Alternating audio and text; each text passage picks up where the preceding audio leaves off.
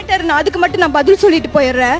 அம்மா உன்னால ஃபினான்ஷியல் சப்போர்ட்டும் இல்ல, உனக்கு வந்துட்டு எந்த சப்போர்ட்டும் இல்லைன்னு தெரியுது, சமூகம் உன்னை தப்பா பேசுன்னு தெரியுது, அப்ப ஏமா அந்த லைஃபை விட்டு வெளியே வந்தேன்னு கேட்டாரு. வேற என்ன பண்ண சொல்றீங்க? செத்துடலாமா சொல்லுங்க,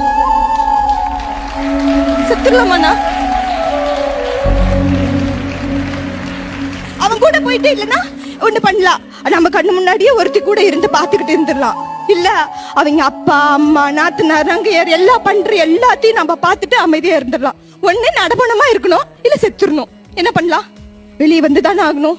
இங்க நான் உங்க முன்னாடி வந்து நிக்கிறேன்னா நான் அந்த சுச்சுவேஷன்ல இருந்து வந்திருக்கேன். என்ன சொசைட்டி அதுவும் நான் சின்ன பொண்ணு வேறையா, எங்க போனாலும் அசிங்கமா பேசுவாங்க.